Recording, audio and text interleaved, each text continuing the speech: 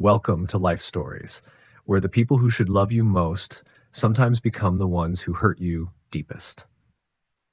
What would you do if your own parents locked you out of your home, the one place you felt truly safe, and told you in a single text that you didn't belong anymore? This isn't fiction. It's a true story about betrayal that cuts like glass, a legacy at war, and a young woman forced to choose between keeping the peace or keeping her soul. If you've ever been gaslit by family, if you've ever been told you were too emotional, too stubborn, or simply too much, stay with us. Because what happens next will challenge everything you think you know about loyalty, justice, and healing. Now, let me take you back to the moment it all began. The text buzzed on Brielle's phone at exactly 6:14 p.m. She was halfway through reviewing the Westfield pitch deck. Clean slides, tight messaging, a campaign that could land her team the biggest client of the quarter. Her apartment smelled faintly of espresso and lavender, a ritual she'd created to stay focused during late-night work marathons. She swiped to check the message, expecting something mundane. "We changed the locks. You don't have a home anymore." It was from her mother, just that. No greeting, no explanation. Brielle stared at the screen, numb. For a moment, she thought it must be a mistake, a cruel joke, maybe a botched text meant for someone else. But the pit in her stomach told her otherwise. Her fingers hovered above the keys before she forced herself to reply, dryly, "How brave of you. Must feel good." But her hands were trembling, her breath shallow. She knew. It had finally happened. The war her parents had been quietly waging for months, years perhaps, was now open and scorched earth. And the battlefield was a house.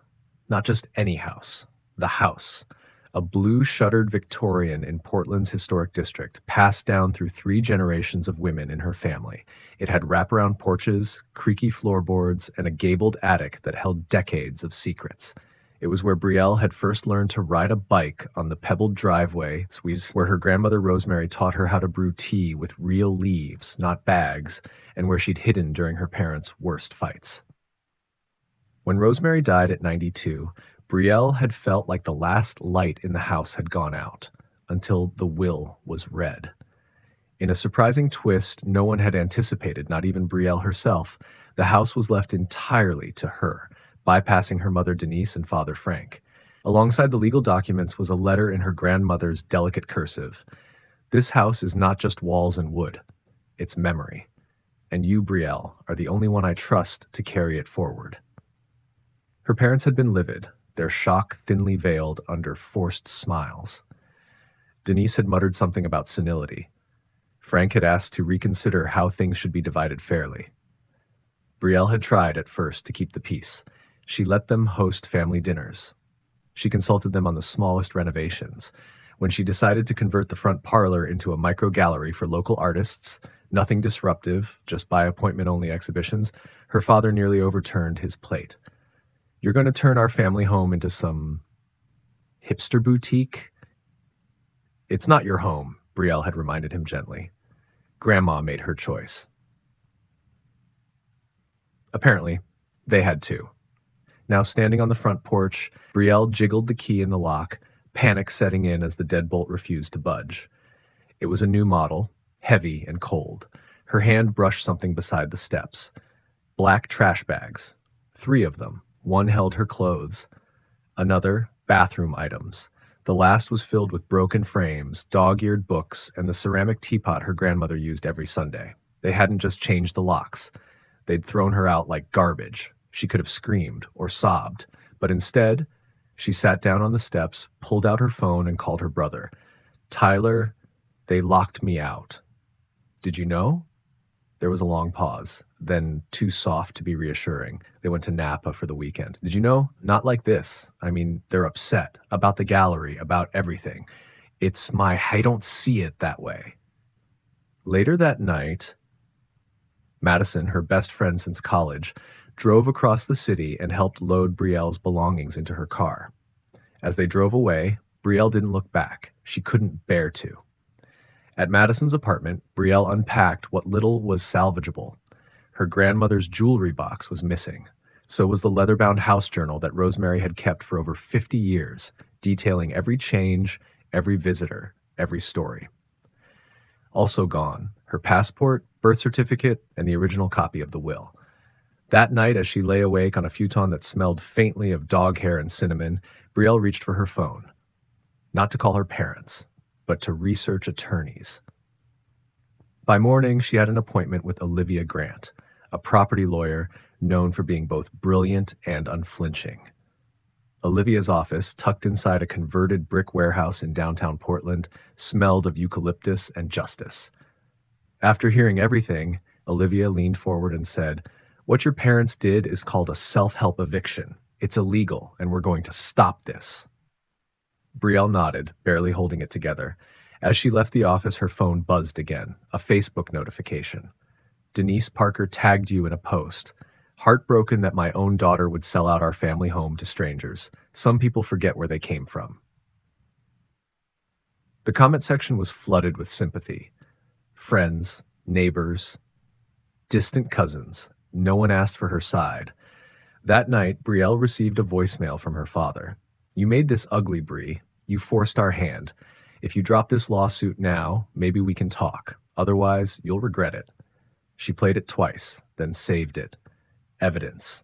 The next morning, as she prepared to return to Olivia's office, another message arrived. Not from her parents, not from Tyler, from a subject line, "Your grandmother Rosemary, you need to know the truth." And in that moment, the locks weren't the only thing that had changed. What would you do if the people who raised you turned against you for money?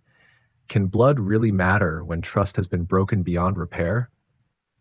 Because what Brielle finds next, hidden away by her grandmother in the most unexpected place, will unravel everything her family thought they'd buried. Brielle hesitated before opening the email. The subject line alone made her heart race, like a warning written in code. "Your grandmother Rosemary, you need to know the truth."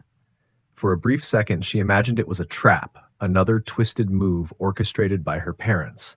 But the sender wasn't someone she recognized, Patricia Wilson. The name stirred something distant. A childhood memory, maybe. Or a birthday card signed Aunt Trish, tucked away in some forgotten drawer. Inside the email was a simple message and a phone number. "I was your grandmother's nurse. There are things you should know. Things she didn't trust your parents with. Please call me." Brielle paced Madison's narrow kitchen, phone in hand, staring at the number like it might burn her. Every instinct screamed caution, but she was already too deep in this war to turn back now. She dialed. The woman's voice was calm but firm. "Ashley, I mean Brielle?" "Yes. Who is this really?" "My name is Patricia Wilson. I was with your grandmother for the last 6 months of her life. She asked me to keep some things safe in case things went the way she feared." "Feared?" There was a pause. Then Patricia said, "She didn't trust your parents. She told me they were pressuring her to sell the house, that they'd mentioned declaring her mentally unfit if she didn't cooperate." Brielle's grip on the phone tightened. "That's not just wrong. That's criminal." "Yes, which is why she took precautions.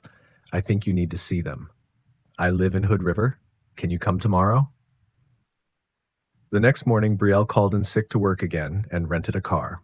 The drive out to Hood River was long and quiet, the silence stretching across the pine-draped highways like a breath held too long. She tried not to imagine what she might find. She failed. Patricia's home was a tidy craftsman cottage surrounded by lilacs and framed photos of people Brielle didn't recognize. But the woman who opened the door had eyes that mirrored her grandmother's, sharp, unwavering, and sad in a way that made Brielle ache. Over a pot of chamomile tea served in hand-painted china, Patricia shared everything. Rosemary had seen the writing on the wall, the growing pressure from her daughter, the unsolicited appraisals from real estate agents, the veiled threats from Frank that maybe the old house was just too much for someone her age. She'd seen their eyes shift when Portland's housing market exploded. She'd heard them whisper about developers and investment portfolios when they thought she was asleep. She never stopped loving them, Patricia said softly, but she stopped trusting them. There's a difference. From a small wooden chest hidden behind a bookcase, Patricia withdrew an envelope and a USB stick. The envelope contained a notarized statement from Rosemary, dated 3 months before her death, explicitly naming Brielle as her intended heir. A second letter, handwritten, spoke of her fears, her memories, and her hope that Brielle would protect the house's soul. The USB stick was worse. On it, a recording. Audio, crackly but clear. Rosemary's voice, tired but lucid. I want this documented. On June 17th, Denise and Frank told me if I didn't sign over the deed, they'd put me in assisted living. They said it wasn't safe for me to be alone. But I know what this is really about. They want the house. They want the money. But I want Brielle to have it. She sees this place the way I do. She always has. By the time the audio ended, Brielle was shaking. I knew they were greedy, she whispered, staring out the window, but I didn't know they were capable of this. Patricia placed a hand gently over hers.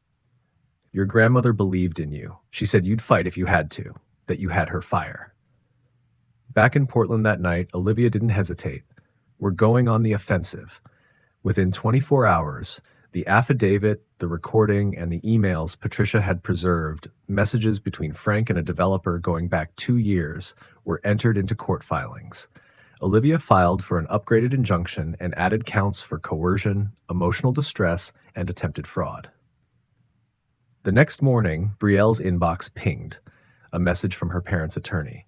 Subject, settlement discussion requested. They're scared, Olivia said, and they should be. But Brielle didn't feel triumphant. She felt hollow. That night, as she sat alone in Madison's apartment while her friend worked a late shift, Brielle stared at the pale blue walls and tried to remember the last time she had truly felt safe. Her parents had tried to gaslight her, erase her, rewrite the story so thoroughly that she almost believed she was wrong for defending herself. She almost surrendered. That was the worst part. Not the locks, not the trash bags, not even the stolen heirlooms, but the fact that for one agonizing moment, she questioned whether she was worth fighting for. The audio recording reminded her she was. She wasn't just defending a house. She was defending the version of herself that believed love could exist without strings. She was protecting the girl who once fell asleep on her grandmother's lap, tracing the wallpaper patterns and listening to stories of what it meant to be brave. Have you ever felt gaslit by the people who were supposed to protect you? How do you reclaim your truth when others try to erase it? Because just when Brielle thought she'd uncovered the full truth, the gallery's future and her own was about to be threatened from an entirely new angle.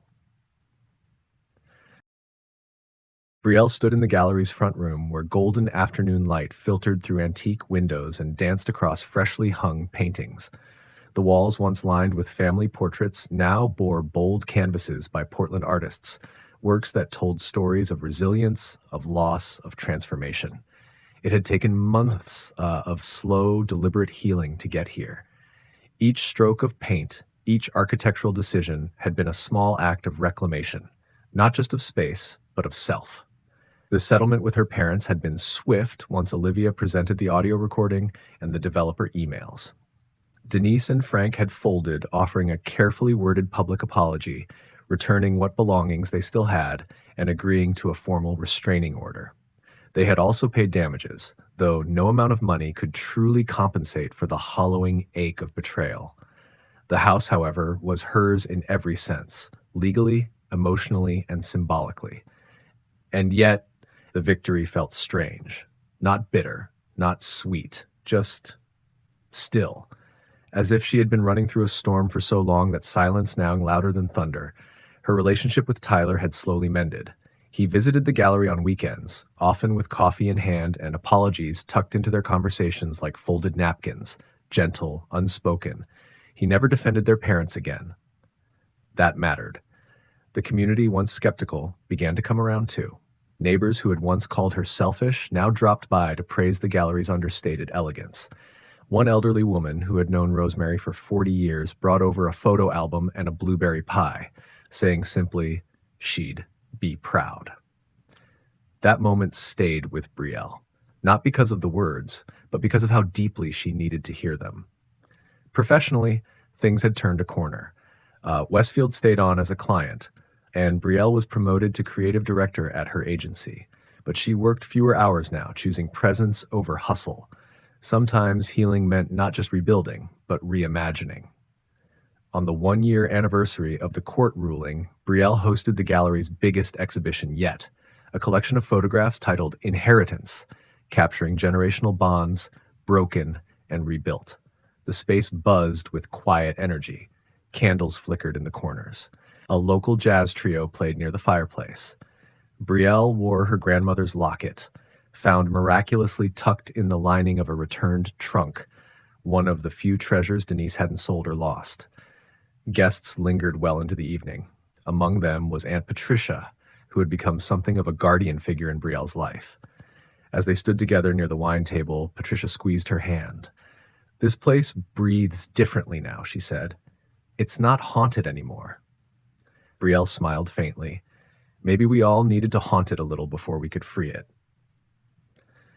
Later that night, after the last guest left, Brielle wandered the quiet rooms barefoot, letting her fingers brush the walls. She stepped into her grandmother's old study, the one room she had left almost unchanged. Her eyes settled on a small notebook tucked between two books on the shelf. It hadn't been there before. Her heart caught. Slowly, she pulled it down. It was Rosemary's journal, the one Brielle thought had been lost forever. Inside the cover, a short note in faded ink. "If you're reading this, then I was right to believe you'd fight for what matters. But remember, the house is just a mirror. What you protect is not wood and paint, but the strength you carry inside it." Brielle sat in the old armchair and cried, not because she was sad, but because something deep within her had finally been released. The next morning, as sunlight poured through the windows, Brielle received a call from her parents' attorney. Not Olivia, Frank and Denise's. Confused, she answered. "I know this may come as a surprise," the woman on the line said, "but Frank is in the hospital. Heart complications. He's asking to see you." The request landed like a stone in her chest. Brielle said nothing. The attorney filled the silence. "I understand if you're not ready. I just thought you should know." That afternoon, she drove to the hospital, unsure of what she wanted. Closure? Revenge? Forgiveness? She wasn't even sure anymore. Frank looked smaller in the hospital bed, his skin pale. Tubes lined his arms. Denise sat quietly at his side, her eyes ringed with fatigue. When Brielle entered, she stood, but said nothing. Her father turned to her, voice gravelly.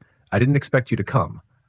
"I didn't expect to be asked," she said calmly. There was a long pause. Then he rasped, "I didn't know how to stop. Once we started fighting over that house, it felt like losing meant erasing everything I built, everything we built."